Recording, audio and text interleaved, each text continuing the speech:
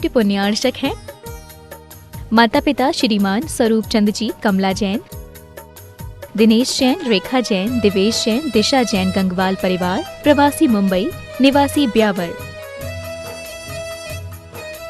श्री रतन लाल जी, श्रीमती राजप्रभा, अशोक, ममता, आदित्य, रिद्धिमा, आकाश एवं विशाल सेठी, कोलकाता। श्री सुनील जी, श्रीमती आशा जी, विक्की, श्रेया, सिद्ध, अद्विता, हैदराबाद।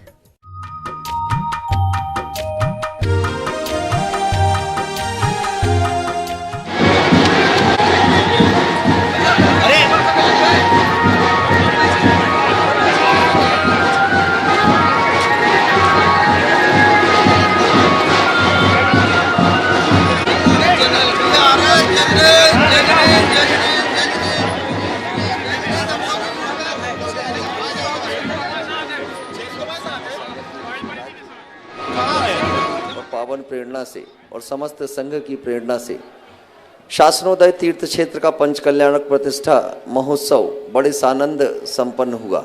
और आज प्रातःकाल जब 24 तीर्थंकर भगवान की दिव्य और भव्य प्रतिमाओं की वो नगर यात्रा निकली तो वो इतने विशाल स्वरूप में निकली कि संपूर्ण संस्कारधानी आश्चर्यचकित थी, क्योंकि जबलपुर संस्कारधानी के इतिहास में एक नया अध्याय उस समय जुड़ा जब प्रातः नगर यात्रा प्रारंभ हुई, क्योंकि इतनी विराट संख्या में लोग थे और इतनी विशाल वो नगर यात्रा थी कि संस्कारधानी जबलपुर के लोगों ने सैकड़ों वर्ष के इतिहास में इतनी बड़ी नगर यात्रा आज तक नहीं देखी थी। और लोग देख करके आनंदित थे, लोग देख करके आह्लादित थे और जगत पूज्य मुनि पुंगव श्री 108 सुधा सागर जी ऋषिराज के चरणों में बारंबार प्रणाम निवेदित कर रहे थे, जिनकी सन्निधि के कारण एक नया इतिहास संस्कारधानी जबलपुर में बना। बोले जगत पूज्य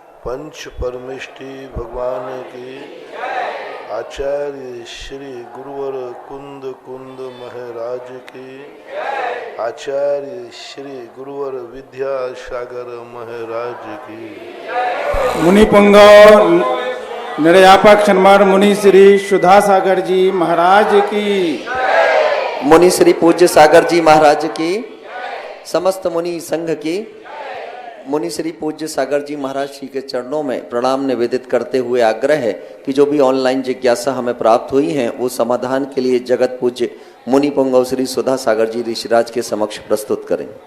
प्रथम जिज्ञासा में शोभित जैन रामगंज मंडी गुरुदेव के चरणों में कोटि सा नमन। आपकी जिज्ञासा है कि महाराज जी जब भगवान को केवल ज्ञान होता है तो वो 5000 धनुष ऊपर चले जाते हैं, तो यह स्थिति मोक्ष जाने तक उनकी बनी रहती है कि बिहार के समय वो नीचे भी आ जाते हैं, और सामान्य मनुष्यों को वो किस प्रकार से दिखाई देंगे अगर ऊपर रहेंगे तो? ये प्रश्न कल भी आया था और इसमें एक बार भगवान ऊपर जाने के बाद फिर नीचे की तरफ नहीं आते। मोक्ष जाने तक उनकी वही स्थिति रहती है, 5000 धनुष ऊपर प्रमाण रहते हैं। एक धनुष 4 हाथ का होता है और एक हाथ 1.5 फुट का होता है। तो इस प्रकार से आप 5000 का अर्थ के तो 5 चौका 20, 20 दूना 30,000 फीट ऊपर होते हैं भगवान, और वो स्थिर रहते, मतलब उस स्थान से नीचे नहीं आएंगे, ऊपर भी नहीं जाएंगे, और उसी के अनुसार उनकी परिणति बिहार वगैरह सब ऊपर होता है। नीचे खड़े होले देवों को, लोगों को ऐसा नहीं लगता कि 5000 धनुष ऊपर है, उनको गर्दन भी ऊंचे नहीं उठाना पड़ती। वो देवों की ऐसी माया होती है कि उनको लगता है कि भगवान हमारे सामने जमीन पे ही चल रहे हैं, ऐसा मानना चाहिए। श्रीपाल ज्योति अनुजैन छतरपुर गुरुदेव के चरणों में कोटि सा नमन। आपकी जिज्ञासा है महाराज जी, हम श्रावक लोग दिन में भी भोजन करते हैं और कई श्रावक रात में करते हैं, और रात में नहीं करते तो पानी तो पीते ही हैं। लेकिन आप मुनिजन 24 घंटे में इतनी मेहनत करते हैं, सुबह से लेकर जलू शादी में भी चलते हैं, और एक बार भोजन में भी कैसे काम चल जाता है? ऐसा चमत्कार कैसे होता है? चल जाता है, आप खुद करके देखो, मुनि बनो तो आपका भी चल जाएगा। ये प्रश्न ग्रस्त अवस्था में उठता ही है और ग्रस्तों को, लेकिन जब मुनि बन जाते हैं तो संकल्प शक्ति एक होती है। उस संकल्प शक्ति के माध्यम से परिणाम बन जाते हैं। जैसे व्यक्ति कर्मों की मार में व्यक्ति सहन करता है। देखो, नरकों के अंदर पूरे जिंदगी में एक कण दाना खाने को नहीं मिलता और भूख उनको बराबर लगती है, पानी पीने नहीं लगता, प्यास बराबर लगती है, फिर भी वे सागरों पर्यंत जिंदगी जीते हैं। और यदि कोई व्यक्ति कर्म के मारे होकर के देखो, भुज के अंदर जब भूकंप आया, 8-8 दिन तक व्यक्ति मलबे में दबे रहे, फिर भी जिंदा निकले, ना खाने मिला ना पीने। तो जब कर्म की मार से व्यक्ति सहन कर लेता है तो हम लोग सोचते हैं कि अपन तो धर्म के कारण सहन कर रहे हैं, तो सहन करने की ताकत आ जाती। कर्म की मार में कितने लोग सहन करते हैं? कोई तुम्हें डाकू बांध करके ले जाए और 2 दिन खाना नहीं देवे तो निकालते हो कि नहीं? तुम लोग कहते महाराज जी आप 2-2 घंटे ऐसे कैसे बैठ जाते हैं? आप भी बैठ जाओगे। हम धर्म के कारण बैठ रहे हैं, हम 3 घंटे बैठ जाओगे। बस एक आतंकवादी बुलाना पड़ेगा, बंदूक यहाँ लगाना पड़ेगी कि यदि बंदूक यहाँ थोड़ा सा हिला गया, अब यदि वो बंदूक यहाँ लगी रहे तो कितने घंटे तक आप बिना हिले डुले बैठे रहोगे? तो तुम बंदूक के बल पर बैठे हो, हम अपने आत्म धर्म के कारण बैठे हैं। यानी ताकत तो तुम्हारे पास भी है, बस तुम्हारी ताकत जब प्रकट होगी जब कोई बंदूक लगाएगा, और हमारी ताकत जब प्रकट होती है जब हमारी आत्मा का परिणाम बोलता है। इसलिए शक्तियां 90% लोगों के पास शक्तियां होती हैं, लेकिन वो शक्तियां का उपयोग नहीं करते। 90% लोगों में शक्ति है। 24 घंटे में जितनी शक्ति का तुम प्रयोग करते हो 10%, 90% तुम्हारी शक्ति है, लेकिन कभी भय से, कभी मोह से, कभी लोभ से, तो इस कारण से उस शक्ति का उपयोग नहीं होता है। शक्ति नहीं हो तो चाहे तुम मुनि बन जाओ, चाहे श्रावक रहो, शक्ति नहीं है तो वो काम करेगा ही नहीं। तो ऐसा मानना चाहिए। जिज्ञासु गुरुदेव के चरणों में कोटि सा नमन। आपकी जिज्ञासा है महाराज जी, आज वेदी, प्रतिष्ठित वेदी के सामने किसी ने व्यक्ति को पानी पीते हुए देखा और उसको मना किया, तो वह कहता है कि नहीं ये तो चलता है, और उसने बाद में भी पानी को दूसरों को ही पिलाता रहा। तो ऐसा कार्य करना क्या उचित है? पहली बात तो ये बहुत सरलता अनुचित है। आपको तुरंत कमेटी को बताना चाहिए या उसका नाम पता करना चाहिए। और आजकल हर व्यक्ति के अंडर में मोबाइल है, उसकी फोटो उतार लेते, और उसकी फोटो तुम उतार लेते, अपन उसकी यहाँ फोटो उतार देते। क्या बहुत अच्छा। तो ये सर्वथा अनुचित है, पर आपको उसको पहचानते हो तो बुलाएं और आइंदा उसको बताएं कि क्या चलता है। चलने वाली बातें हमारे पास बहुत है, फिर पता नहीं हम कितने जिंदगी में उसके ऐसे पॉइंट देंगे और फिर मैं कहूँगा ये तो चलता है। 2-4 छोकरों करे उसको एक थापड़ मारो, चलता है। तो महाराज जी ये क्या हो रहा है? ये तो सब चलता है। बहुत तरीके हैं, पता नहीं क्या क्या चलता है। तो ऐसे लोगों के लिए थोड़ा उन्हीं की भाषा में समझाना पड़ेगा। ऐसा नहीं करना चाहिए, करते हैं तो इसका विरोध करना चाहिए। तुम विरोध नहीं कर सकते हो तो कमेटी को सूचना देना चाहिए। मधु खजरिया, ललितपुर। गुरुदेव के चरणों में कोटि सा नमन। आपकी जिज्ञासा है महाराज जी, इनका ऐसे व्यक्ति यदि ऐसी गलती करते हैं तो एक दिन ऐसे उनके कर्मों का बंध होता है कि प्यास तो लगेगी लेकिन पानी पीने लायक नहीं रहेंगे।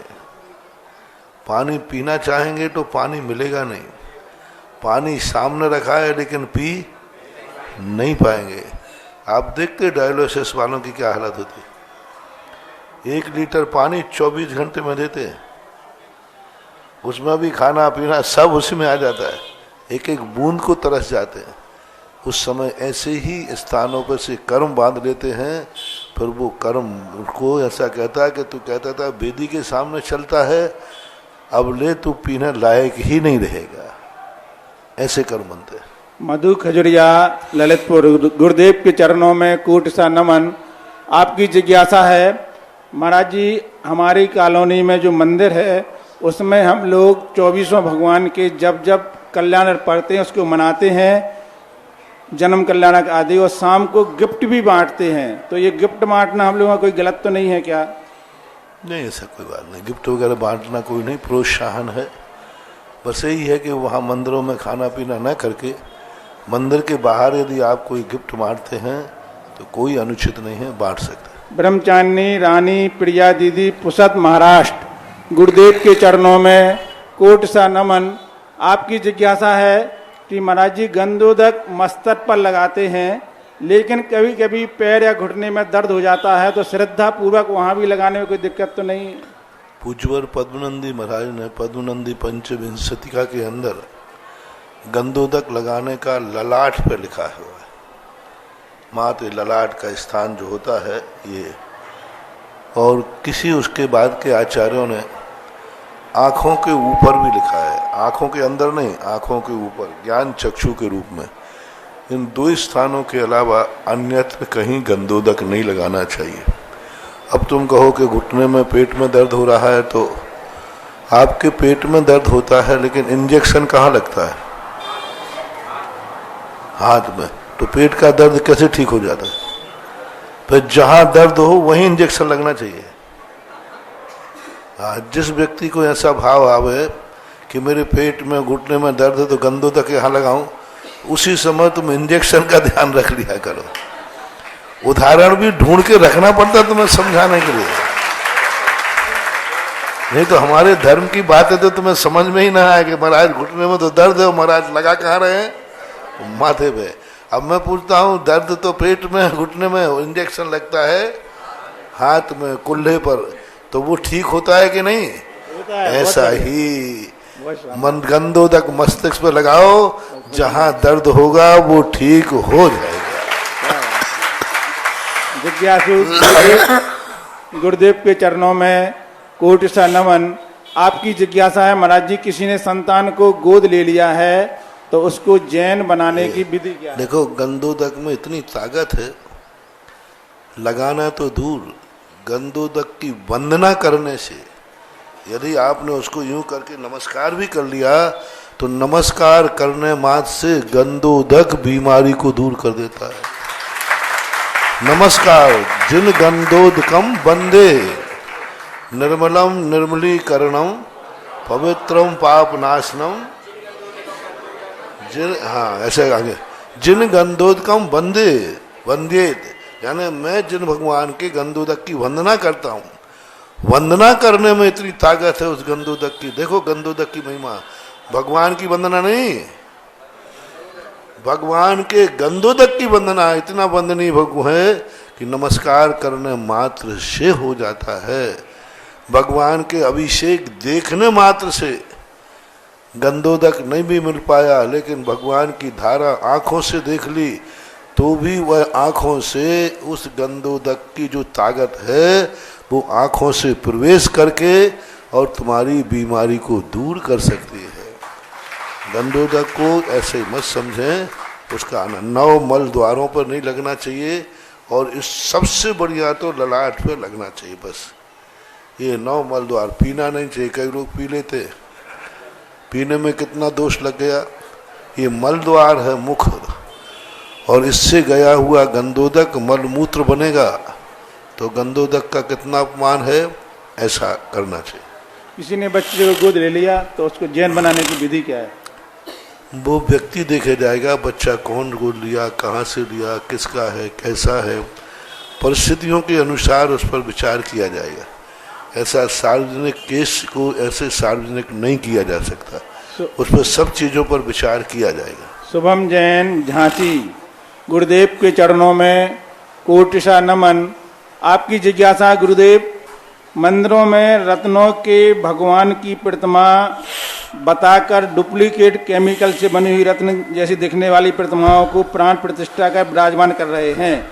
उनको छूने से चिपचिपा केमिकल महसूस होता है, तो ऐसी प्रतिमाओं को प्रतिष्ठा करना चाहिए या नहीं करना चाहिए? पहली बात, जो रत्नों की प्रतिमाओं का शास्त्र में उल्लेख मिलता है, पहली बात तो ओरिजिनल रत्न है ही नहीं। दूसरी बात, आज तक कोई भी रत्नों की प्रतिमा निर्दोष नहीं बन पाई। जितनी रत्नों की प्रतिमा वर्तमान में सब सदोष है। उनका ना तो नाप मिलता है, ना तौल मिलता है, कुछ भी नहीं मिलता। जिस ढंग से उनका मिलना चाहिए वो नहीं होता। इसलिए रत्नों की प्रतिमा बैठाने से उनके बहुत बड़े दोष रह जाते हैं। और इतने बड़े पत्थर मिलते नहीं हैं, छोटी छोटी मूर्तियां रहती हैं। बड़ा पत्थर मिले तो उसमें आकार आए, प्रकार आए, सब नाप तोल आए। एक आकृति बनाने का नाम मंदिर नहीं है। हमारे यहाँ मूर्ति का पूरा प्रमाण लिखा पूज्यवर जिनसेन स्वामी ने प्रतिष्ठा पाठ के अंदर स्पष्ट उल्लेख लिखा, एक एक अंग का। यदि कान छोटा है तो क्या होगा, गर्दन नीची है तो क्या होगा, गर्दन ऊंची है तो क्या होगा, हाथ पैर यदि पतले हैं, कहीं से भी कोई मूर्ति ऊर्ध्वमुखी अधोमुखी, यानी एक एक अंग का उन्होंने नाप दिया है। लगभग उन्होंने 30-40 स्थानों को दिया, ये स्थान ऐसा है तो इसका फल ये है। यहाँ तक कर लिया कि दाग स्पॉट होते ना, वो स्पॉट शरीर में कहाँ है, उसका क्या प्रभाव पड़ेगा। मूर्ति बैठालना बहुत बहुत सावधानी से बैठालना चाहिए। कोई भी मूर्ति में दोष है, वह दोष 3 लोगों को लगता है। एक तो शिल्पी को, शिल्पी यदि सदोष मूर्ति बनाता है, धीरे धीरे शिल्पी का ह्रास होता है। फिर दूसरा लगता है यजमान को, विराजमान करने वाले को। तीसरा लगता है कि जो गुरुजन उस पर सूर्य मंत्र देते हैं उनको। और फिर अंत में जाकर के ऐसी मूर्तियों की जो पूजा पाठ करते हैं उनको भी इसका दुष्प्रभाव देखा जाता है। ब्रह्मचारिणी आराधना दीदी गुना। गुरुदेव के चरणों में कोटि सा नमन। आपकी जिज्ञासा है महाराज जी, मंदिर जी में प्रतिमा जी के सामने कांच इत्यादि लगा देते हैं, तो उस पर प्रतिमा जी पर उसकी ऊर्जा का क्या प्रभाव पड़ता है? हमने आज तक किसी शास्त्र में, किसी वास्तु में ऐसा नहीं पढ़ा। चाइना वास्तुशास्त्र है, उसमें जरूर इन चीज़ों का प्रयोग किया गया। और कांच आदि लगाने से तो बहुत उल्टा हो गया। मान लीजिए कहीं कहीं मूर्ति के सामने गेट नहीं है तो कहते कांच लगा दो, तो वो तो और उल्टा हो गया, कांच में मूर्ति उल्टी और हो गई। बाहर दृष्टि निकलना चाहिए थे, बल्कि दृष्टि क्या हो गई, उल्टी।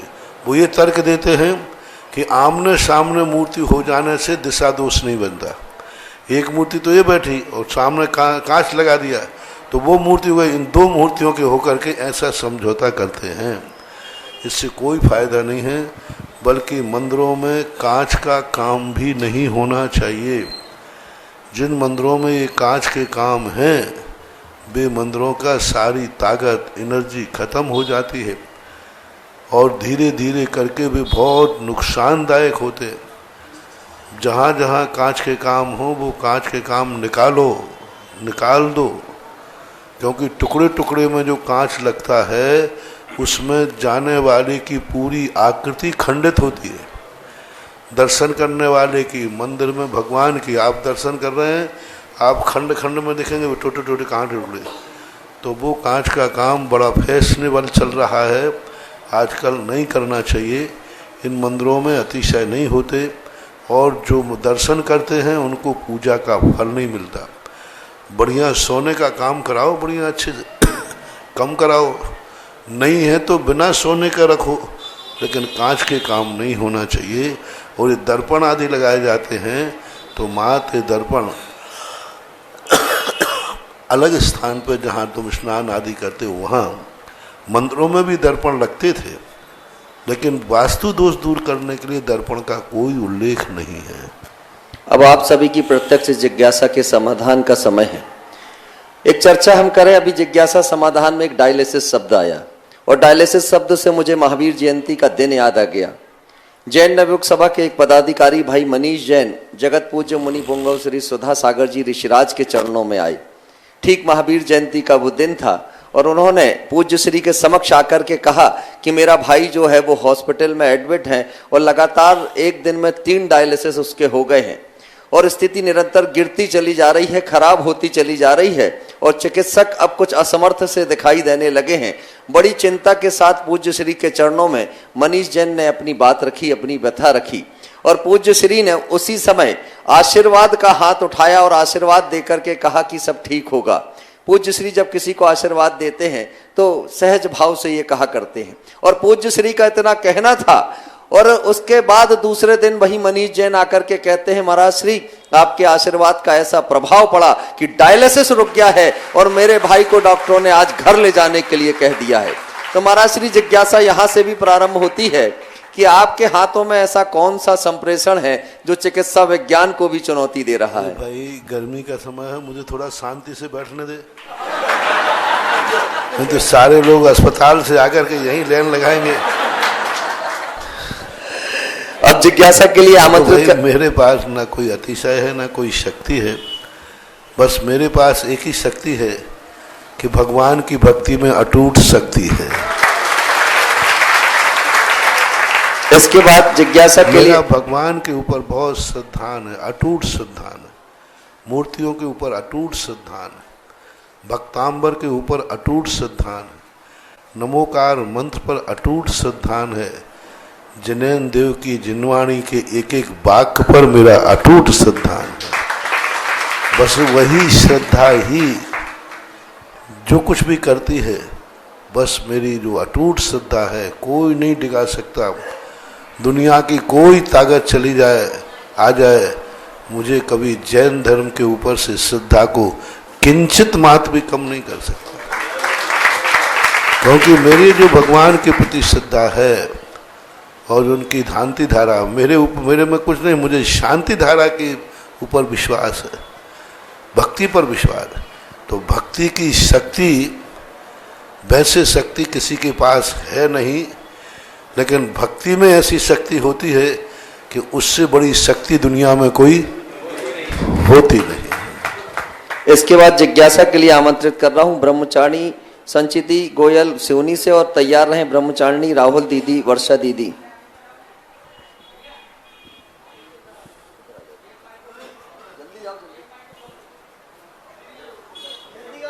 शीघ्रता करेंगे, जल्दी से आप आगे आ जाएं। जिनका भी नाम लिया जा रहा है अपने स्थान पर खड़े हो जाएं। द्वय मुनि राजू के चरणों में कोटिशाह नमोस्तु।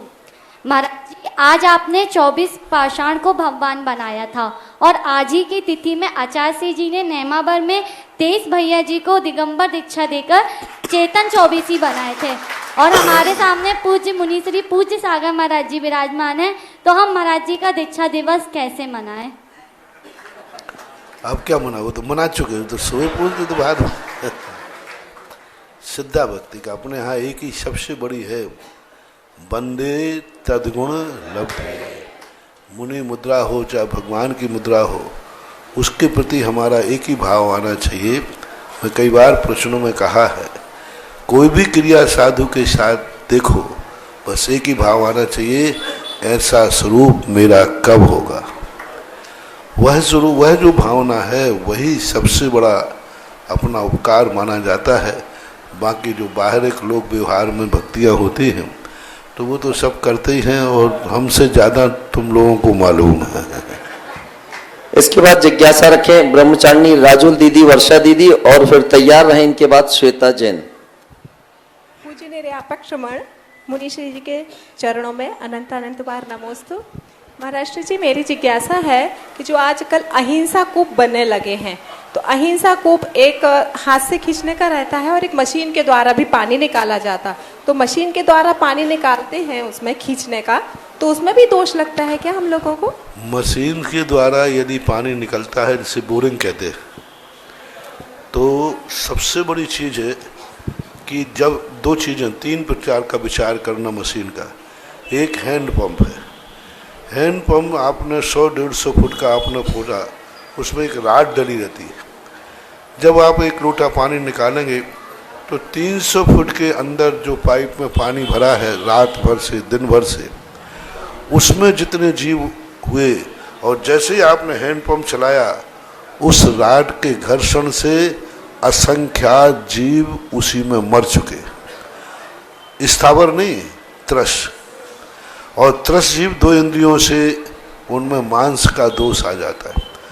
जैन आगम के अनुसार बिना छने पानी में त्रस जीवों की उत्पत्ति होती है। स्थावरों को नहीं छाना जाता, त्रसों को छाना जाता। तो हैंड पंप में वो सारे जीव उसी में मर जाते हैं। दूसरा जेट पंप आता है जो 300 फुट 200 फुट नीचे पानी को खींचता है। उस हवा में कितनी ताकत है, 1 मिनट को जेट पंप यदि अपनी नाक के सामने लगा दिया जाए तो अपनी दम घुट जाएगी, इतना तेज होता है। जो 300 फुट से पानी खींच रहा है, तो वो जो पाइप में भरा हुआ पानी था, उस जीव के सारे जीव मरण को प्राप्त हो जाते हैं। इसलिए वृत्तियों के लिए मशीन से खींचा हुआ पानी उपयोग में नहीं लेना चाहिए। रही बात अब दूसरी बात, रस्सी को खींचने के लिए मशीन लगती है आजकल। बाल्टी जाएगी, चरखी जैसी लगी रहती है, वो हाथ से ना करके, क्योंकि 400 500 फुट नीचे पानी है, 200-300, कौन खींच सकता है। तो बटन लगा रहता है और वो जो गिर्री लगी रहती है ना, उसमें रस्सी लपेट देते हैं। उसमें कोई दोष नहीं है, क्योंकि उसने पानी नहीं खींचा है, उसने रस्सी को घुमाया है। तो पानी की बाल्टी तो आप उठा लें। इस प्रकार का कई मंदिरों में लगे हुए हैं। त्यागी वृत्ति ऐसे पानी ले सकते हैं, क्योंकि पानी को सिर्फ 12 और 12।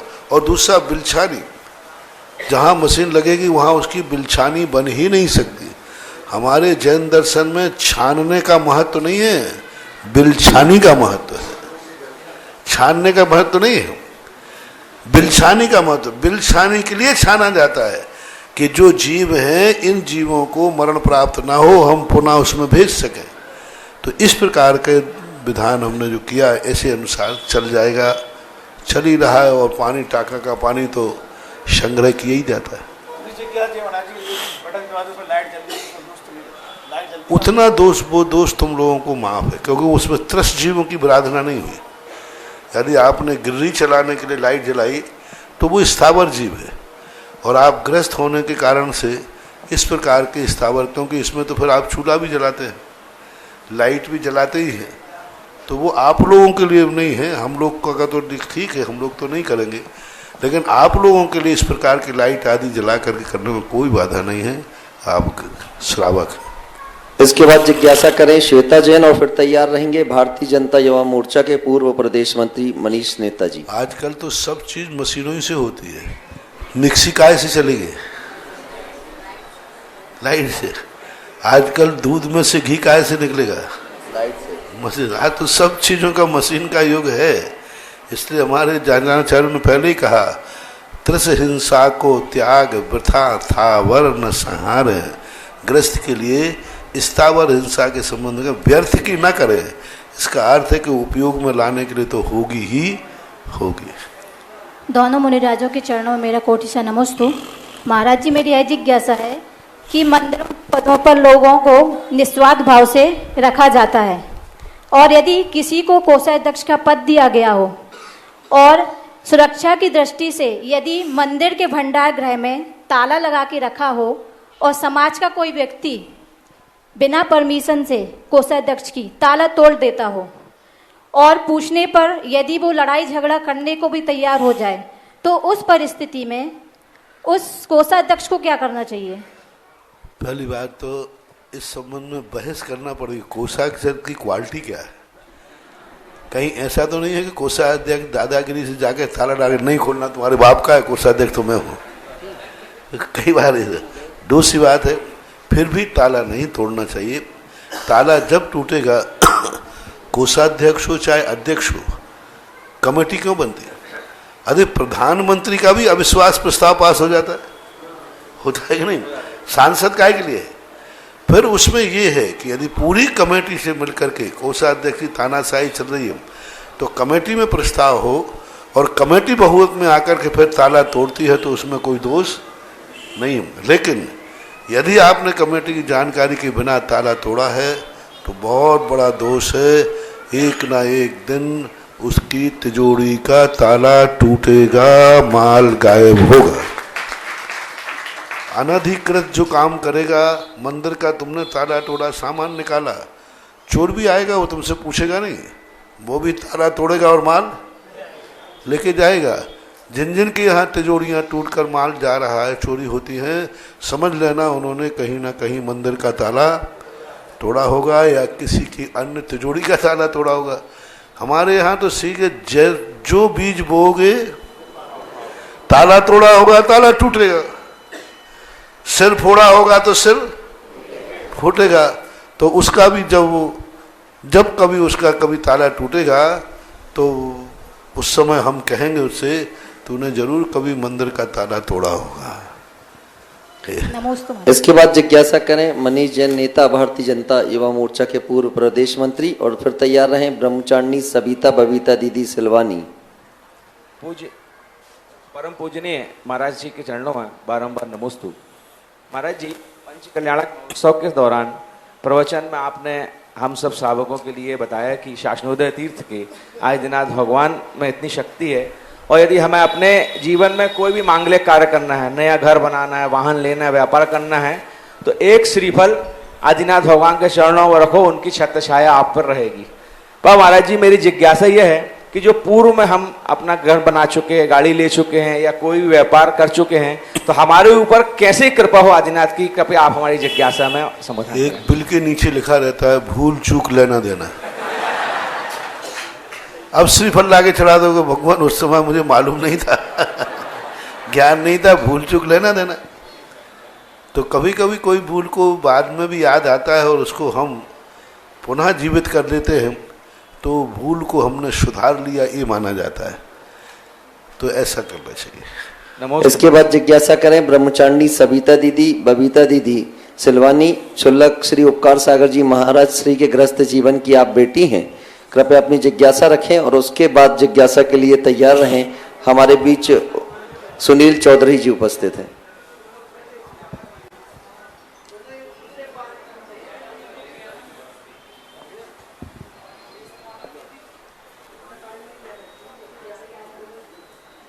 गंगा नदी के प्रवाह की तरह जिनका ज्ञान प्रवाहित है, ऐसे अभीक्षण ज्ञानोपयोगी परम पूज्य मुनि श्री के चरणों में कोटिशा नमन।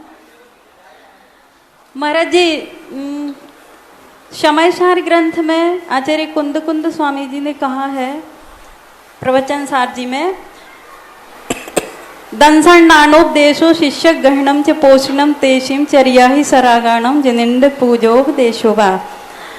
सरागचर्या का कथन करते हुए उन्होंने बताया है, और परसों अक्षय तृतीया को आपने गुरुदेव के उपकारों को बताया था, और गुरुदेव का उपकार तो है ही, लेकिन आज आपके उपकारों को भी देखते हैं और इतनी प्रभावना धर्म की, तो सरागचर्या से बहुत कुछ सबका उपकार होता है। वीतरागचर्या तो सिर्फ स्वयं का ही कल्याण करती है, लेकिन सरागचर्या सबका कल्याण करती है। और एक दिन क्लास में आपने अध्यात्म की जब एक लाइन आई तो उसको बार बार पढ़ा, तो ऐसा लगा जैसे कि अध्यात्म ही मुख्य होता है। आपके भावों को देख करके तो महाराज जी, हम सबका कल्याण हो तब आपका तो कल्याण हो ही जाएगा। इसलिए सरागचर्या हमें बहुत अधिक महत्वपूर्ण समझ में आई। हाँ, तो क्या, तो सरागचर्या महत्वपूर्ण कब है? जब हम वीतरागचर्या को प्राप्त करने के लिए साधन बनाए। उसी प्रवचन सार में पूज्य अमृतचंद सूरी महाराज ने इस गाथा का टीका लिखकर कहा कि सरागचर्या वीतरागचर्या के लिए साधनभूत होना चाहिए। हम जगत का कल्याण करें तो उनको भी हमें वीतराग मार्ग पर लाना है, और वीतराग मार्ग पर लाने के लिए हमें शरागता का प्रयोग करना पड़ता है। पूज्यवर कुंद भगवान ने सरागचर्या गृहस्थों के लिए मुख्य कही, साधु के लिए गौण कही, लेकिन फिर भी शरागचर्या अभी पंचम काल में शरागचर्या का उल्लेख ज़्यादा है। वीतरागचर्या तो इसलिए कहते हैं क्योंकि वही आनंद की वस्तु है। भोजन खाने में और भोजन बनाने में ज़्यादा उपकार है, क्योंकि भोजन बनाने में 10 लोग खाएंगे और खाने में अकेला ही खाएगा, तो पूरी जिंदगी वो भोजन ही बनाता रहे, खावे ही नहीं तो। क्योंकि पुण्य बनाने में है कि खाने में है? बनाया हुआ भोजन में 10 लोग खा सकते, और खाने में कोई, तो फिर पूरा वो बनाते ही रहे और कुछ भी नहीं खावे तो ये भाव आना चाहिए कि भोजन बनाया जिसके लिए है, कम से कम वह कार्य तो होना ही चाहिए। बाद में ये प्रभावना आदि, और सबसे बड़ी चीज है सरागता से प्रभावना नहीं होती है। सरागता वीतरागता का कारण हो तो प्रभावना होती है। यदि दृष्टि में हमारे हो तो जो अध्यात्म के सूत्र हैं उनको पढ़ने मात्र से ऐसा लगता है कि बार बार इनको पढ़ते रहें, सामायिक में इनको दोहराते रहें, और जब भी मन में आकुल व्याकुल परिणाम हो तो ये अध्यात्म के सूत्र हमारे लिए औषधि का काम करते हैं, परिणामों को शांत करते हैं। हमेशा सरागता की अपेक्षा वीतरागता को महत्व देना चाहिए, क्योंकि वही सरागता प्रभाव ना करेगी जो वीतरागता के लिए कारण है। आप सभी का एक प्रश्न बार बार आ रहा है कि हम ऑनलाइन जिज्ञासा कैसे भेजें। आप सभी लोग अपने मोबाइल पर सुधा कलश ऐप को डाउनलोड करें, और उसके बाद इस ऐप को जब आप ओपन करेंगे, खोलेंगे, तो इस तरह से स्क्रीन पर आपको दिखाई देगा, जिसमें बीच में लिखा है जिज्ञासाओं को यहाँ भेजें। उसके ऊपर आप क्लिक करेंगे, और क्लिक करते ही आपको 4 ऑप्शन इसमें होंगे जो आपको फुलफिल करना है, जहां ये सारी जानकारी देना है। सबसे पहले आपको अपना नाम अंकित करना है, उसके बाद मोबाइल नंबर, फिर आपको अपना प्लेस स्थान अंकित करना है, उसके नीचे आपको अपनी जिज्ञासा लिखनी है और इसे सेव कर दें। आप जैसे ही इसको सेव करेंगे, ये हमारे ऐप में आपकी जिज्ञासा हम तक पहुंच जाएगी। तो जिन्हें भी ऑनलाइन जिज्ञासा भेजनी है, आप सुधा कलश ऐप को डाउनलोड कर लेंगे। अगली जिज्ञासा सुनील चौधरी जी आप सभी के बीच रखेंगे। शिवनगर समिति के आप अध्यक्ष हैं, और उसके बाद तैयार रहें परी जैन नागपुर। गुरुवर के चरणों में बारंबार नमोस्तु नमोस्तु, मुनि संघ के चरणों में नमोस्तु।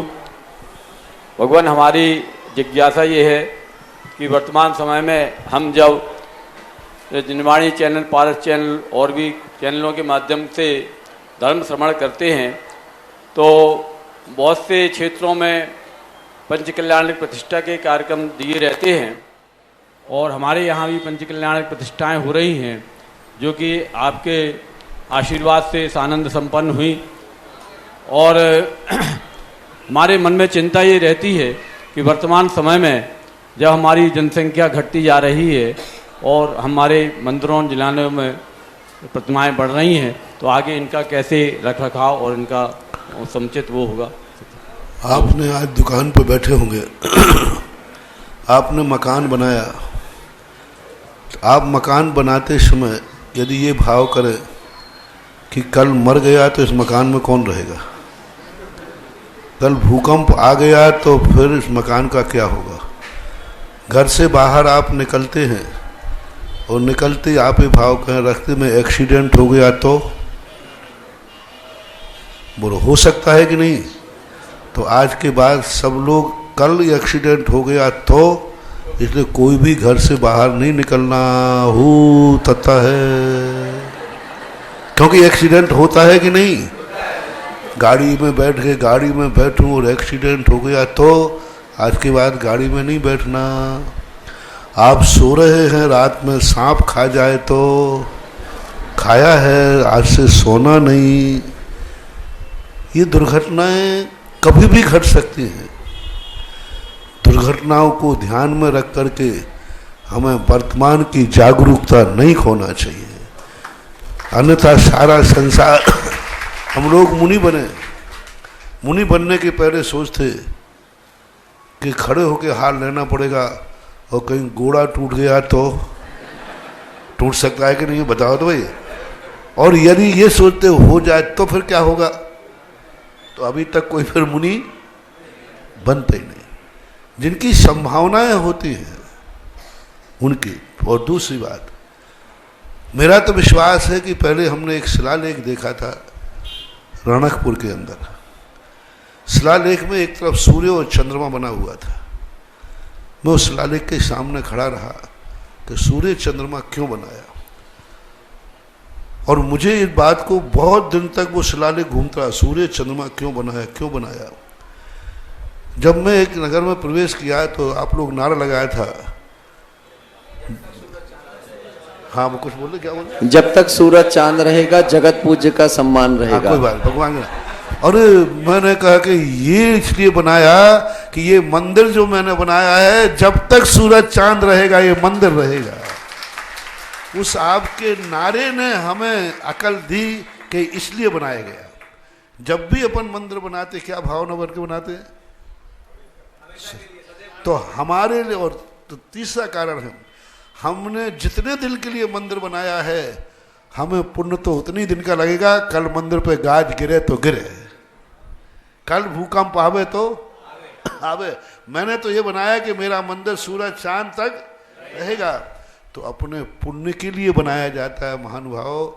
भविष्य में क्या होगा वो कुदरत जाने, हमें तो पुण्य कमाना है। तो हमें तो एक दिन भी हमारा मंदिर जीवित है तो हमें अनंत भव तक के मंदिर का पुण्य कमाने का मौका हमें मिल गया,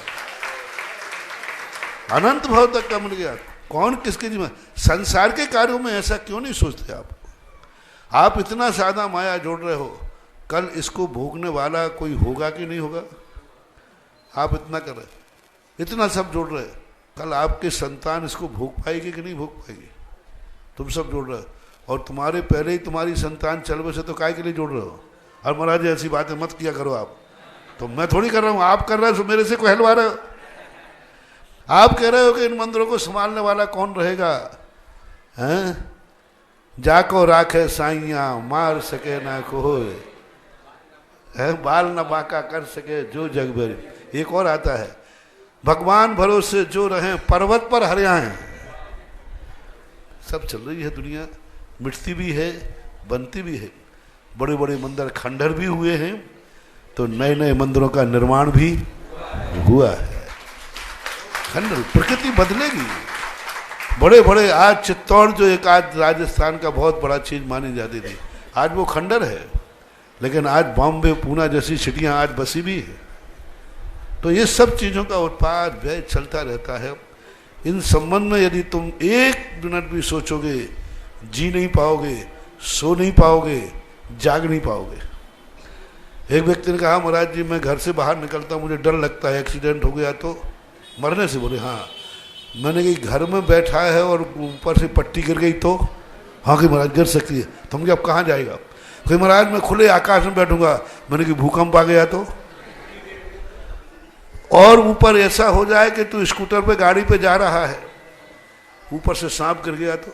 अजमेर के अंदर एक घटना घटी, एक व्यक्ति स्कूटर पे जा रहा था, चील ऊपर से सांप ले जा रही थी, चील होता ना, और ठीक उसके ऊपर चील, उसके मुख से सांप छूटा और स्कूटर वाले के ऊपर गिरा।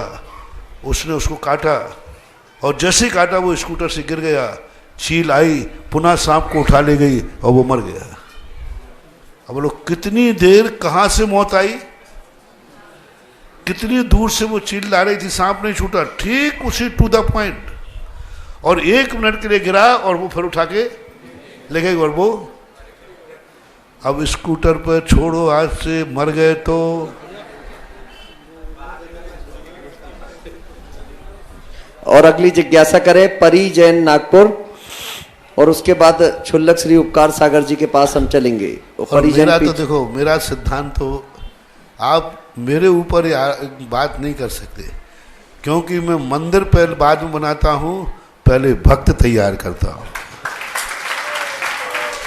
और मैं जितनी मूर्ति बैठा लूँगा उससे 10 गुने भक्त वहाँ पैदा करके जाता हूँ।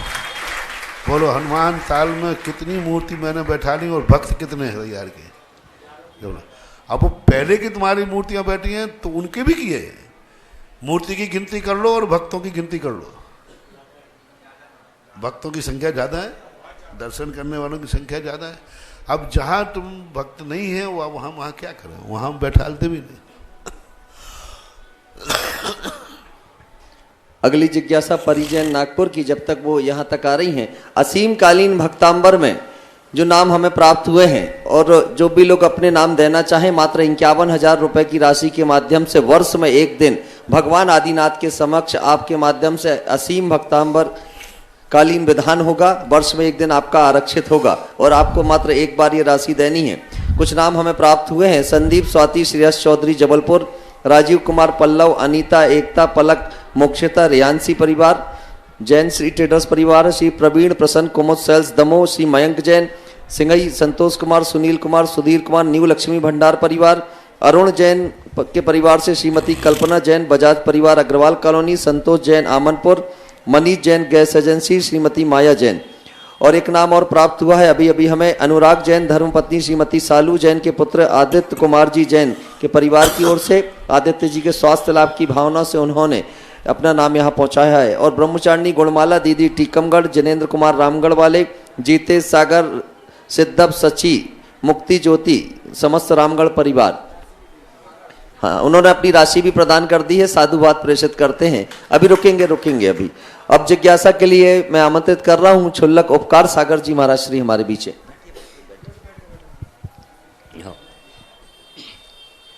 परम पूज्य 108 प्रज्ञा श्रमण मुनि श्री के चरणों में माइक नहीं पकड़ना है। नमोस्तुक तलवार नमोस्तुक। महाराज जी, मेरा प्रश्न है कि शास्त्रों में लिखा है कि एक निगोदिया जीव के शरीर, एक निगोदिया के शरीर में अनंत निगोदिया जीव रहते हैं जो एक साथ अंडर पुलवी और उसके आवास के रूप में रहते हैं और वो एक श्वास में 18 बार जन्मरण करते हैं। तो इनके जो जन्म 18 बार एक श्वास में जन्मरण जो करेगा उसके लिए विग्रह गति कैसे बनती है? क्या होता है कि एक निगोदिया जीव के शरीर में नहीं रहते हैं, अनंत निगोदिया जीवों का एक शरीर होता है। जैसे अपने शरीर में अनंत निगोदिया जीव हैं, उनका शरीर अलग है, हमारा अलग है, लेकिन अनंत निगोदिया जीवों का एक शरीर होता है। और वो अनंत जीव जो एक श्वास में 18 भाग आते हैं, उसमें तो असंख्यात समय होते हैं। विग्रह गति तो 3 समय की है। एक श्वास के 18वें भाग में व्यक्ति जो है असंख्यात समय जिंदगी जीता है। उस एक अंतर मुहूर्त में भी त्रिवली पड़ती है वायुबंद की। उस अंतर मुहूर्त में वो मारणांतिक समुद्घात भी करता है। उस एक अंतर मुहूर्त में इतने समय होते हैं कि इतने में जीव विग्रह गति में असंख्यात बार चला जाए और असंख्यात बार आ जाए। तो इस प्रकार के वो जो समय है अपन को कम लगता है श्वास का 18वां भाग, लेकिन वास्तविक रूप से पूछा जाए तो असंख्यात समयों का समूह है। इसके बाद जिज्ञासा के लिए परिजन नागपुर उपस्थित हो गई हैं क्या? असीम कालीन भक्तांबर के लिए एक नाम और हमें मनीष जी नेता का प्राप्त हो गया है। गुरु चरणों में वहीं से नमन कर लें और इसके बाद जिज्ञासा करें। भारती जैन बरेला और वंदना जैन बरगी तैयार रहें। आगे आ जाएं कृपया। जिनके जिज्ञासा के लिए नाम होते हैं वो आगे बैठा करें। तब तक वंदना जी को माइक दे दें आप, वंदना जी वर्गी वालों को।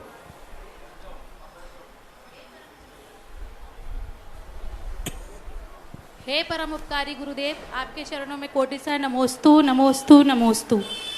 महाराज श्री, मेरी जिज्ञासा है कि जैन धर्म में मूर्ति पूजा कब से प्रारंभ हुई, इसका इतिहास कितना प्राचीन है और सबसे प्रथम बार किसने मूर्ति की स्थापना कर उसका पूजन किया, और जो प्राचीन मंदिर है जैसे चंदेरी की चौबीसी है, वहाँ पर इतनी विशाल विशाल प्रतिमाएं इतनी छोटे स्थान पर कैसे पहुंची? नमोस्तु गुरु। पूरी बार मूर्ति, जब से भगवान है तब से मूर्तियां हैं। जब से आकाश में सूरज चांद है तब से जैन धर्म है, मूर्तियां अनादिकालीन सनातन प्रभायमान है। इसका प्रमाण शास्त्रों में है। अकृत्रिम चैत्यालय अनादिकाल से हैं और अनंत काल तक रहेंगे। युग की अपेक्षा से यदि देखा जाए तो सर्वप्रथम इस भरत क्षेत्र में भरत चक्रवर्ती ने कैलाश पर्वत के ऊपर 72 जिनालय बनाए थे। ऐसा पूज्यवत जिनसेन स्वामी ने प्रतिष्ठा पाठ में उल्लेख किया है। 72 जिनालय बनाए थे सर्वप्रथम वहाँ पर, और उसके पहले भी यहाँ जिनालय थे, भोग भूमि काल के कारण से समाप्त हो जाते हैं। कृत्रिम चैत्यालय बनते रहते हैं और बनाए जाते हैं। और क्या था, चंदेरी में जो प्रतिमाएं हैं, चंदेरी की जो मूर्तियां हैं, सबसे पहले भारत की प्राचीन मूर्तियां हैं। छोटे स्थानों पर पहले क्या होता था, मूर्ति पहले रख देते थे, मंदिर बाद में बनाते थे। बड़ी बड़ी मूर्तियां रख करके, आज भी यही होता है, मंदिर पहले बनेगा, मंदिर बाद में बनेगा, पहले मूर्ति की स्थापना हो जाती है, तो ऐसा होता। इसके बाद जिज्ञासा करें वंदना जैन बरगी और तैयार रहे दृष्टि जैन नौगांवा।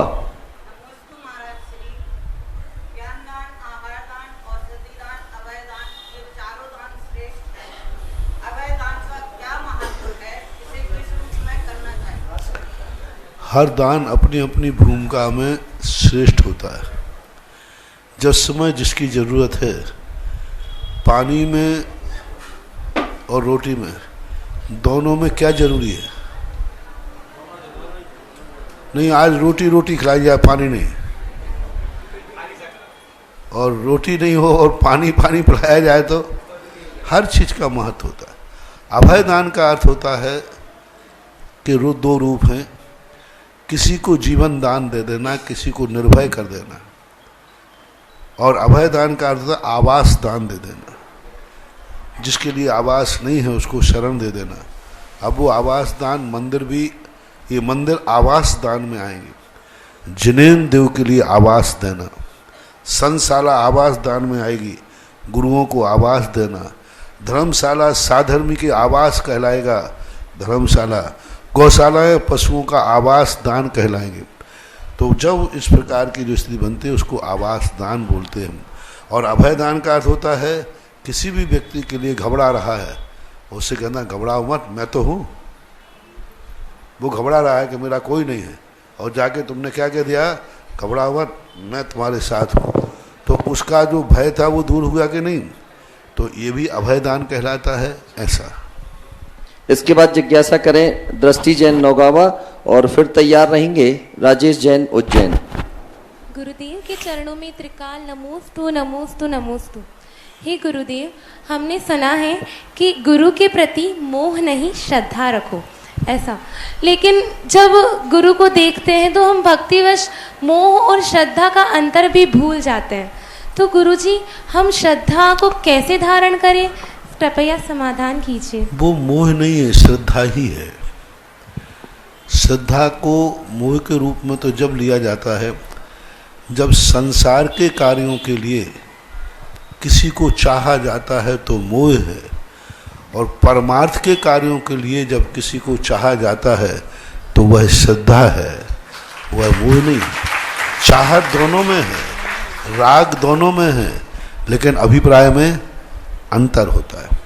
मोह दोनों के अंदर ऐसा लगता है कि मोहिनी है, मोह कर्म की प्रबलता नहीं। वहाँ अभिप्राय जो है, जो राग जागता है गुरु के प्रति, भगवान के प्रति, वो सांसारिक नहीं होता, वह पारमार्थिक होता है।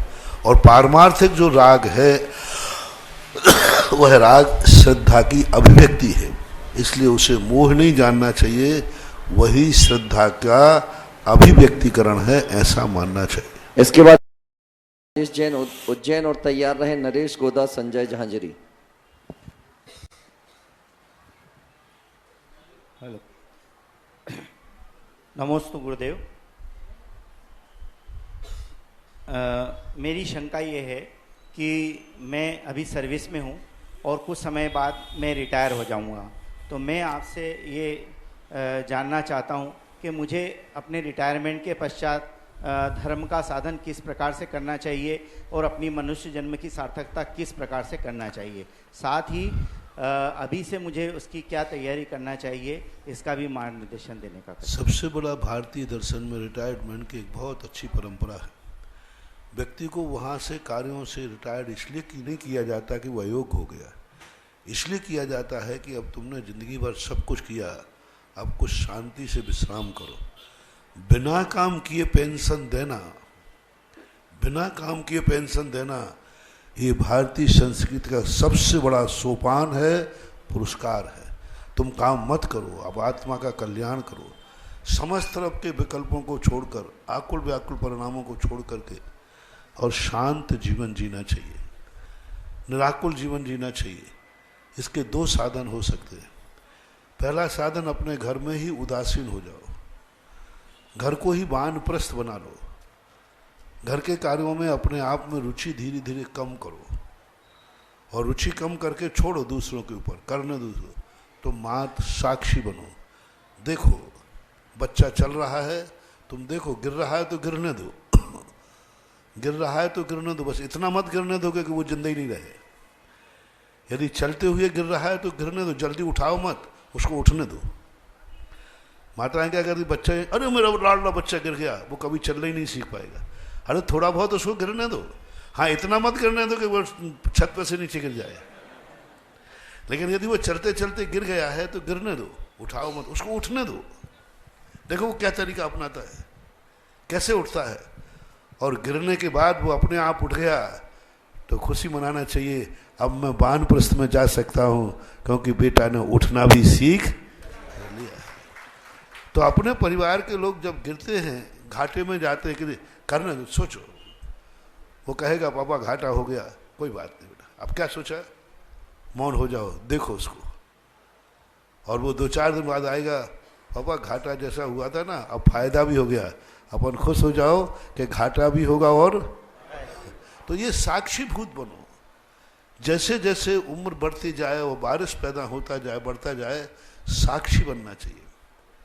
उसको देखो, टोको मत बार बार, उसको गिरने दो, उठने दो, टोको। हाँ, जब इतना गिरने लग जाए कि उसकी खतरा हो जाए तो फिर हाथ लगा दो, फिर उसको बोलो, ये करना चाहिए।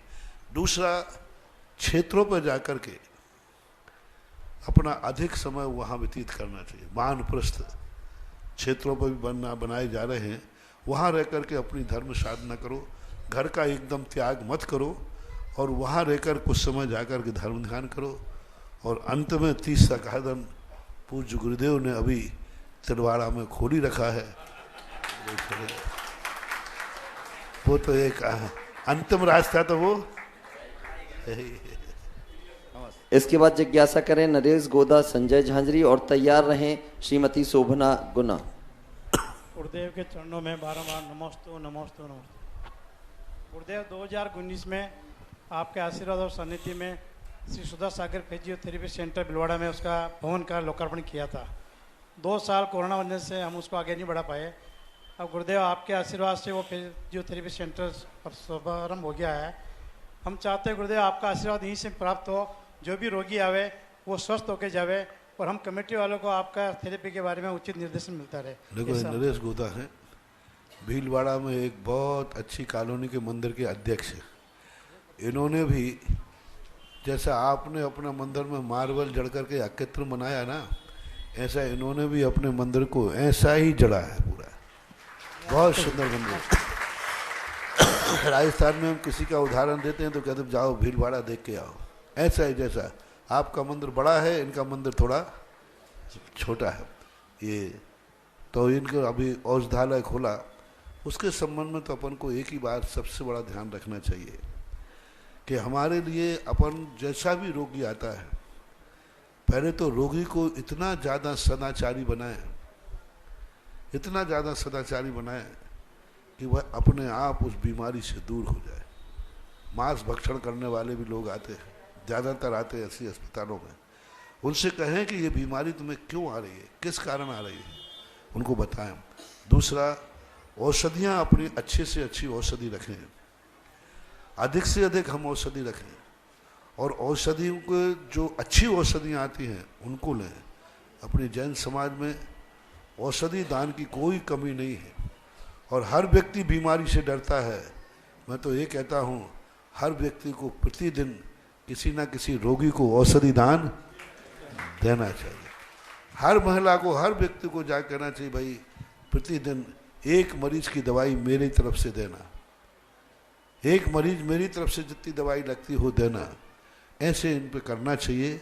बहुत अच्छा कार्य हुआ है, बहुत आशीर्वाद मेरा कि जो भीलवाड़ा की आर के कॉलोनी की उस औषधालय से दवाई लेके जावे, वो इतना स्वस्थ हो जावे, इतना स्वस्थ हो जावे कि उसे कोई दूसरी अस्पताल में जाना ही नहीं पड़े। नमस्ते। मेरा आशीर्वाद। इसके बाद जिज्ञासा करें श्रीमती शोभना जैन गुना से। ब्रह्मचारी संजय भैया जी की आप बहन हैं और प्रांजल जैन तैयार रहें। 12 वर्षीय पाठ्यक्रम कुलाधिपति गुरुवर के चरणों में अनंत सा नमोस्तु नमोस्तु नमोस्तु। हे गुरुवर, मेरी जिज्ञासा यह है कि मैं 5वीं वर्षीय विशारद की छात्रा हूँ, लेकिन मेरी विषय पर धारणा नहीं बन पा रही। गुरुवर, कृपया शंका समाधान कीजिए। धारणा अपन को बनाने की जरूरत नहीं, आपको पढ़ना जरूरी है। धारणा कभी कभी क्या होता है कि हम सब भूल जाते हैं, लेकिन जब मौका पड़ता है तो याद आ जाता है।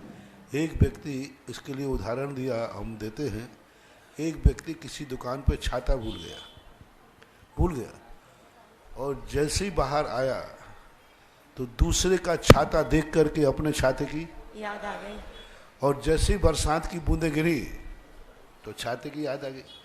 तो छाता था तभी तो याद आई, और छाता लाए ही नहीं होता तो याद नहीं आता। इसलिए पढ़ो, ये मौके पे याद आ जाता है। हम जितना पढ़ते, हमको इतना रटते थोड़ी है जितना तुम्हें सुनाते, लेकिन पढ़ते रहते जब आप प्रश्न करते हो तो मुझे याद आ जाता है। अब तुम कहो महाराज आपने याद कब किया था, मैंने तो कभी नहीं किया, पढ़ा था। तो आप पढ़ते जाए, करत करत अभ्यास के जड़मति हो तो सुजान, रस्सी आवत जावत है सिल पर पड़त निशान। कितनी बढ़िया, एक कितनी कठोर पत्थर और रस्सी बहुत मुलायम होती है, लेकिन वह रस्सी धीरे धीरे उस पत्थर में भी निशान। तो इतनी अपनी बुद्धि जड़ बुद्धि नहीं है, बस जड़ पढ़ते जाओ, कुछ ना कुछ तो याद हो ही आएगा। प्रांजल जैन अपनी जिज्ञासा रखें और उसके बाद स्वाति सम्यक संजीव जैन त्रिमूर्ति नगर। जगत पूज निर्यापक श्रवण मुनि पुंगा श्री सुधा सागर जी महाराज के चरणों में कोटि से नमोस्तु। महाराज जी, मेरा प्रश्न ये है कि भारतवर्ष में लाखों जिन मंदिर हैं, लेकिन क्या वजह है कि किन्हीं मंदिरों का अतिशय इतना ज़्यादा होता है, उनमें एनर्जी इतनी ज़्यादा होती है? पहली बात, लाखों तो तुमने गिन लिए लाखों? शायद हो, फिर भी मूर्तियों के अतिशय होते हैं। हर मूर्ति, भगवानों में कोई अलग अतिशय नहीं होता, 24 भगवान बराबर होते हैं, लेकिन मूर्तियों में अतिशय होता है। आदिनाथ की जितनी मूर्तियां होंगी, हर मूर्ति का अपने आप में अतिशय होता है। मूर्ति का अतिशय होता है, भगवान के तो 34 अतिशय फिक्स है, सभी तीर्थंकरों के 34, लेकिन मूर्तियां, कभी पाषाण में मूर्ति में अतिशय होता है। मूर्ति बनने के पहले ही उसकी एनर्जी होती है। भारत में हमें एक मूर्ति मिली थी जो बनने की, प्रतिष्ठा के पहले बहुत एनर्जी थी। कोटा के अंदर दादावाड़ी है, वहाँ उसका नाम पुण्योदय तीर्थ से दिया है। वहाँ की मूर्ति प्रतिष्ठा के पहले जिस दिन वहाँ आई तिलक दान के लिए, जैसे मैंने उसका स्पर्श किया, मैंने कही ऐसी एनर्जी प्रतिष्ठा के पहले थी। तो कभी कभी पाषाण में नेचुरल एनर्जी होती है, सभी पाषाण एक समान नहीं होते। पाषाण तो पन्ना भी है, पाषाण तो पन्ना भी है, पन्ना की ताकत, पन्ना की कीमत, और मार्बल भी पाषाण है, और सैंडस्टोन भी पाषाण है। तो इनकी एनर्जी अपने आप में होती है। दूसरी शिल्पी की एनर्जी होती है। तीसरी विराजमान करने वाले ने किस भावना से विराजमान किया है उसे। चौथी एनर्जी होती है कि वो कहाँ विराजमान की जाना है, उस स्थान का भी महत्व होता है। पांचवी एनर्जी होती है, उसमें किस साधु ने सूर्य मंत्र दिया है, उस साधु की कितनी साधना है उस मंत्र की। क्या उस मंत्र के साथ वो साधु स्वयं कभी जिया है? क्या कभी उस मंत्र का उसने ध्यान किया है? क्या जो भगवान में प्राणों के जो मंत्रों का निश्चार किया, उस मंत्रों का कभी ध्यान किया है? वास्तविक रूप से प्रतिष्ठा का अर्थ है जो भगवान की मूर्तियों पर मंत्र न्यास होता है, साधु पहले उनको कई वर्षों तक, कई महीनों तक स्वयं ध्यान करता है, उनके ध्यान के इंद्रियों को जागृत करता है, और उनको ध्यान करने के बाद ऐसा साधक जो स्वयं उन मंत्रों को, उन अंकों को, उस प्रतिष्ठा को अपने जीवन में वर्षों ध्यान करता है, ऐसा साधक यदि मूर्ति में सूर्य मन दे दे तो वो मूर्ति महान अतिशयकारी हो जाती है, शक्ति संपन्न। इसलिए इन कारणों से मूर्तियों में अंतर पड़ता है, होता है। इसके बाद जिज्ञासा करें स्वाति संजीव जैन त्रिमूर्ति नगर।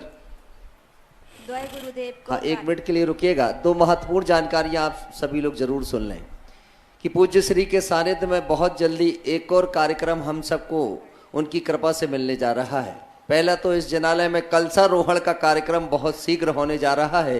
तिथि की घोषणा हम आप सभी के बीच कल तक कर देंगे और साथ ही साथ यहाँ 24 जो जिनालय निर्मित होने वाले हैं 24 तीर्थंकर भगवान के, उसके शिलान्यास का कार्यक्रम भी यहाँ संभावित है और पूज्य श्री का आशीर्वाद मिलते ही उसकी तिथि की घोषणा होगी। ये महत्वपूर्ण कार्यक्रम भी आपके बीच आने जा रहा है। ये घोषणा थोड़ा सा पहले करना थी, थोड़ा लेट हो गए। फिर भी अब देखो बहुत बड़ा कार्य है। 24 जिनालय जो बनाएंगे उनका शिलान्यास 24 परिवार अपने अपने करेंगे और एक आदिनाथ का 25 जिनालयों का एक साथ शिलान्यास पूरे परिवार के साथ। बुलाओ अपने सब जिन जिन को रिश्तेदारों को बुलाना है, जिनको बुलाना है, और वो इसी प्रांगण में इतने में ही 24 का होना है। अब जितना है उतने में तो करेंगे तो इतने में ही अपन 24 मंदिरों का जिनालय का शिलान्यास जमीन पे करेंगे और वही धीरे धीरे उठ कर के मंदिर का जो मूर्ति विराजमान तो ऊपर होना है, लेकिन जड़ तो नीचे ही होती है ना, नींव तो नीचे ही होती है। तो इसलिए 24 ये भी एक बहुत बड़ा 24 जिनालय का जो शिलान्यास है और 24 जिनालय यहाँ बनेंगे, ये बहुत बड़ी चीज़ है और उनके भी सब यहाँ व्यवस्थित होकर तारीख तो महाराज श्री जब आप आशीर्वाद दे देंगे, अगर आप कहें तो कल यहाँ के लोग तैयार हैं। यहाँ के लोग तो आपके चरणों में नतमस्तक है। आपकी बहुत बहुत अमित बाबू, इनसे और मनवा लो तो तुम्हारे मुंह में घी शक्कर। क्यों? जितने जल्दी तुम मुझे निपटा दो उतनी जल्दी मैं तुम्हें मानूंगा कि तुम मेरे दुश्मन कम हो क्योंकि गर्मी का समय है, निकालने का अनुकूल स्थान न होने से एक दिन भी निकालना भारी पड़ता है, बहुत कठिन हो जाता है। तो अच्छा है कि कल कर लें तो बहुत अच्छा है, बहुत ही अच्छा है। महाराज श्री जबलपुर वालों ने एक दोहा सुन रखा है कि आज करे सो काल कर और काल करे तो परसों, और इतनी जल्दी जल्दी क्यों करता, अभी तो जीना बरसों। मैंने भी इसका एक दोहा सुना है, काल करंते आज कर, आज करंते अब, पल में पल रहे होएगो बहुर करेगो कब। और महाराज श्री आपके इस दोहे से जुड़ी हुई अब एक महत्वपूर्ण जानकारी भी है कि यहाँ पर 24 रजत की प्रतिमाएं विराजमान होनी है। उसके लिए 14-15 नाम हमारे बीच आ गए हैं, मात्र 7-8 नाम और शेष बचे हुए हैं। तो जिन्हें जो कल करना है, जो आज करना चाहते हो काम को, तो रजत प्रतिमाओं के लिए स्थापना के लिए, निर्माण करने के लिए अपनी अपनी स्वीकृति प्रदान कर दें। 21 कलश की राशि उसके लिए निर्धारित की गई है रजत प्रतिमाओं के लिए, और 15-16 नाम हमारे बीच आ चुके हैं। अब जिज्ञासा करेंगे राजीव जी और उनके परिवार के सदस्य। ठीक है, ऐसा करो, द्वय मुनि राजों को बारंबार। हाँ, 1 मिनट रुके। कल गड्ढे नहीं खुद पाएंगे तुम्हारे। जी महाराज जी, कल तिथि की घोषणा कल कर देते महाराज जी। ये शिलान्यास समारोह का कार्यक्रम कब होगा और कलशारोहण कब होगा, इसके लिए कल तक हमें तिथि की प्रतीक्षा करनी होगी। कल पूज्य श्री की कृपा हम सब पर बरसेगी और तिथि आप सभी को कल प्राप्त हो जाएगी। और अब जिज्ञासा रखें स्वाति जी। द्वय मुनि राजों को बारंबार नमोस्तु नमोस्तु नमोस्तु। महाराज जी, मेरा प्रश्न है कि कभी भी जब हम रोते हैं तो असाता कर्मों का बंध होता है, तो देवशास्त्र गुरु की भक्ति समय यदि आंखों से आंसू गिरते हैं और कंठ अवरुद्ध होता है, तो क्या इस अवस्था में भी हमें असाता कर्मों का बंध होता है? नहीं, वो पानी, वो जो आंसू गिरते हैं वो किसी खेत के नहीं है। हमारे पूज्यपाद स्वामी ने भक्ति में लिखा, वाणी गद गद यन बपू पुलकयन नेत्र द्वयम श्रावयन। हे भगवान, आपकी भक्ति करते हुए मेरा गला रुंध गया। हे भगवान, मेरी गलती, वाणी गद गद यन बपू पुलकयन नेत्र द्वयम श्रावयन, नेत्रों की धारा लग गई। तो ये हर्ष के आंसू जो होते हैं, ये आर्तरोध ध्यान में नहीं आते, ये भक्ति का एक प्रकार का प्रगटीकरण कहलाता है। देखिए, रजत की प्रतिमाओं की चर्चा पूरे जबलपुर में हो रही है कि पहली बार रजत की 24 शासनोदय तीर्थ क्षेत्र में विराजमान होगी। तो जिन्हें रजत की प्रतिमाओं का पुण्यार्जन करना हो, अभी भी आपके पास समय है। 15-16 नाम हमारे बीच आ चुके हैं, जैसा संकेत सामने से हुआ है। कुछ नाम शेष बचे हुए हैं। 21 कलश की राशि के माध्यम से आप सभी लोग रजत की प्रतिमा विराजमान कर सकते हैं। तो जीवन में कम से कम एक बार ये संकल्प तो जरूर ले लें कि अपने जीवन में कहीं ना कहीं एक बार रजत की प्रतिमा हम सभी लोग जरूर विराजमान करेंगे। और जिनका भाव शासनोदय तीर्थ क्षेत्र में विराजमान करने का हो, वो सभी लोग अपने नाम पहुंचा दें। राशि देने के लिए समय की कुछ आपको अवधि दी जाएगी, आपको कुछ छूट दी जाएगी। आप समिति से संपर्क करके अपने अपने नाम दे देंगे। और पूज्य महाराज श्री, अब ये देखिए, शासनोदय तीर्थ क्षेत्र में अभी आप विराजे हैं, आपकी ग्रीष्मकालीन वाचना भी यही होनी है। और उसके बाद भी शिवनगर वाले आ गए हैं कि गुरुदेव आपका सानिध्य शिवनगर को भी प्राप्त हो। और साथ ही शासनोदय की कमेटी से दिगंबर जैन पंचायत सभा के अध्यक्ष कैलाश चंद जी भी आ गए हैं कि गुरुदेव आपका सानिध्य भी शासनोदय को ही प्राप्त हो, जबलपुर को प्राप्त हो। जगत पूज्य मुनि पुंगव श्री 108 सुधा सागर जी ऋषिराज की आरती करने वाले सौभाग्यशाली पात्र का चयन हमें करना है। आज के दिवस का सौभाग्यशाली श्रावक कौन होगा, जिसके हाथों में आरती के थाल होंगे और आरती करने का सौभाग्य प्राप्त करेगा? कौन होगा आज के दिवस का वो सौभाग्यशाली श्रावक? शीघ्रता से भाव बनाएंगे। संजय रोकड़िया जी, आज आरती का सौभाग्य शिवनगर समिति को। हाँ, ये सौभाग्य शिवनगर मंदिर समिति ने प्राप्त किया है आज के जगत पूज्य मुनि पुंगव श्री सुधा सागर जी ऋषिराज की महाआरती करने का। हाँ, शिवनगर समिति के सभी सदस्य आगे आ जाएंगे। आज आरती करने का सौभाग्य भी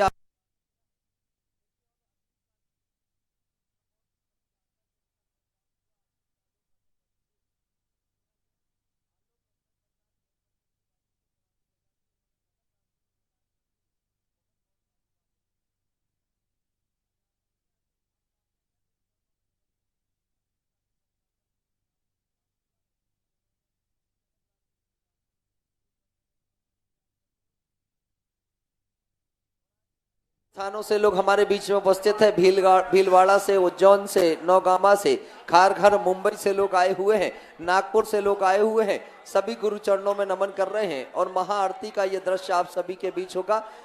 मैं आप सभी से एक निवेदन करूंगा, सर्वप्रथम जिन्होंने आज पुण्यार्जन किया है शिवनगर मंदिर समिति के सदस्य आरती करेंगे, उसके बाद आप सभी लोग आरती में सम्मिलित होंगे। कृपया आरती की धुन प्रारंभ करेंगे।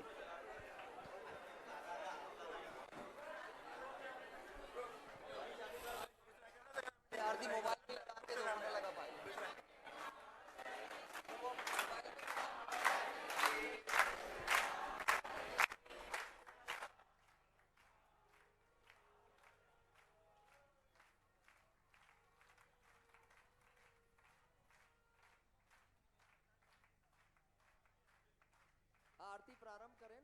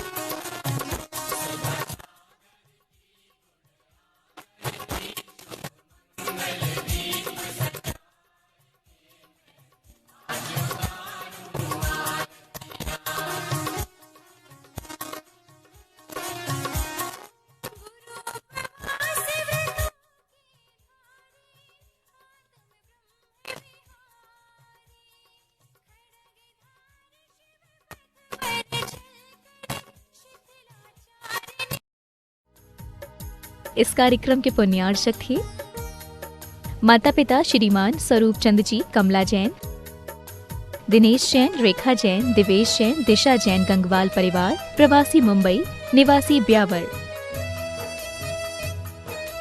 श्री रतन लाल जी, श्रीमती राजप्रभा, अशोक, ममता, आदित्य, रिद्धिमा, आकाश एवं विशाल सेठी, कोलकाता।